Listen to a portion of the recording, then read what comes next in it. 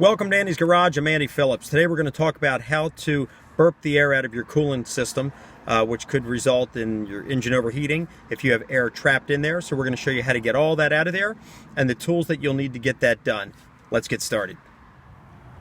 What you're going to want to use is a spill-free funnel. You can pick these up online or at your local parts store. And basically this has all the attachments that you'll need inside of it for all the different makes, vehicles, and different radiator attachments that you can attach to it. So let's go ahead and attach it to it so we can start getting the air out of the system. Here's the different attachments that come inside. You have the different caps to fit different radiator sizes. You have the big funnel, and then you have all of these different attachments also that connect to it. So let's go ahead and get the one that'll fit this one here. Let's take the radiator cap off.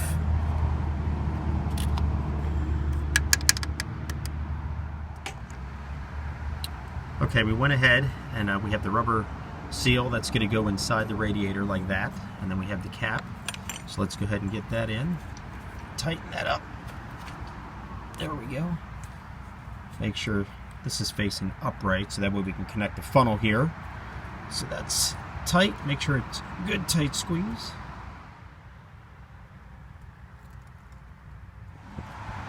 Next, you're going to go ahead and connect the funnel right here. That in there. Make sure you get a nice tight fit.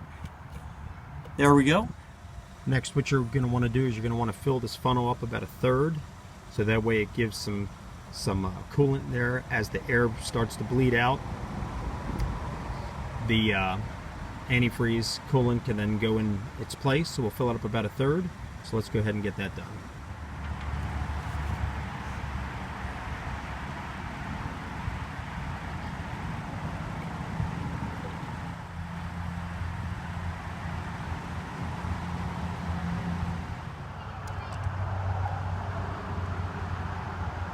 This particular funnel's on a little bit of an angle, so I had to kind of compensate for that, because as it bubbles up a little bit, you don't want it to overflow. Next thing we're going to do, we're going to go ahead and start the car, and then we're going to keep it idle till the temperature comes up, the thermostat opens. That way any air that might be trapped in all the different places in the coolant system can work their way out. So let's go ahead and get the car started.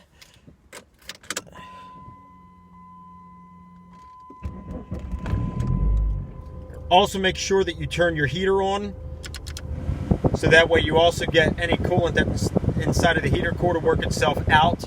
That way if there's any air trapped in there as well, you can completely clear out all the different lines in there. Okay, now let's wait, and as the engine starts to warm up a little bit, you'll start to see some bubbles working their way out, and then we can hopefully get all of it burped out and cleared out.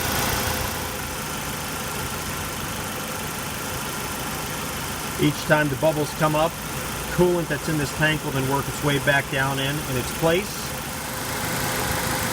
You'll notice that the coolant level is starting to rise inside of the funnel. Just keep an eye on that. If it gets too close to the top, what you might want to do is just keep it from spilling over. You can see that the water temperature is slowly starting to come up above the cold. We'll wait for it to get roughly around the center line. That's usually when the thermostat will open up. And then we should get a good flow going through the whole coolant system, working any of the air out. You can see it going up right there.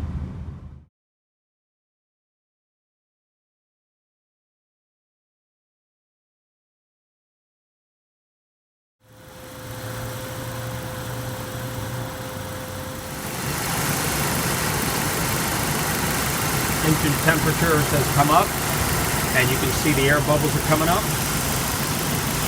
A lot of air was in this coolant system. You've got to bleed it out of there. Otherwise, this could lead to a lot of problems, overheating and so forth. Look at that.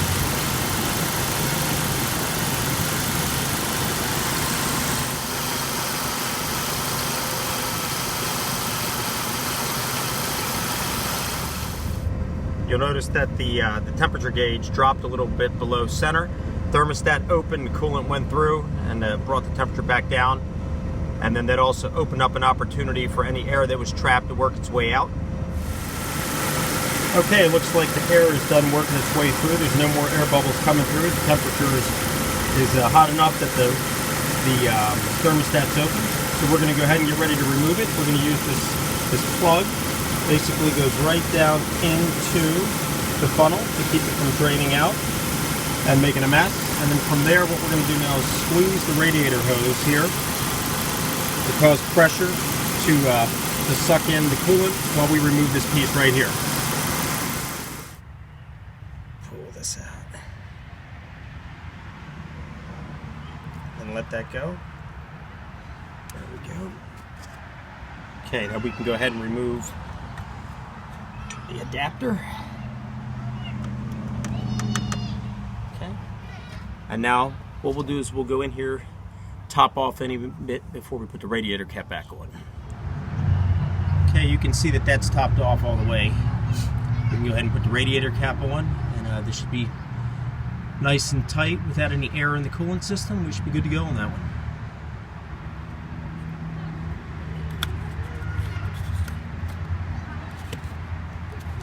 There we go. Nice and tight. Okay, well, we're inside now. It was starting to get dark, so we're going to finish up in here. Unfortunately, the vehicle we're working on today is not in the garage, so we're kind of at the mercies of the outdoors.